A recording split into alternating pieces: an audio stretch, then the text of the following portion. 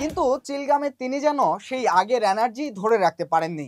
বিতর্কের মূল বিষয় টুয়ার্কিং, অর্থাৎ ভিডিওতে তিনি যেভাবে নাচ করেছেন সেটি আসলে টুয়ার্কিং, নিতম্বের ছন্দময় নড়াচড়া যেখানে নাচের প্রধান উপাদান। কিন্তু দর্শকদের মন্তব্য, মালাইকা এই স্টাইলে স্বাচ্ছন্দ্য বোধ করেননি, তার অঙ্গভঙ্গি কৃত্রিম লেগেছে। অনেকেই আবার বলেছেন অতিরিক্ত সাহসী ভঙ্গিমায় আলোচনার জন্ম দিয়েছে। ভিডিও প্রকাশের পর থেকে বলা যায় অনলাইনে এক প্রকার ঝড় চলছে। কেউ বলছেন বয়স মানে বাধা নয়, কিন্তু রুচি মানা উচিত।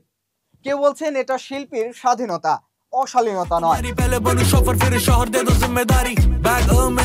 তাহলে প্রশ্ন হচ্ছে, এই ভিডিওতে মালাইকার নাচ কি সত্যিই সীমা ছাড়িয়েছে, নাকি দর্শকরাই আজকের দিনে সবচেয়ে বেশি সংবেদনশীল?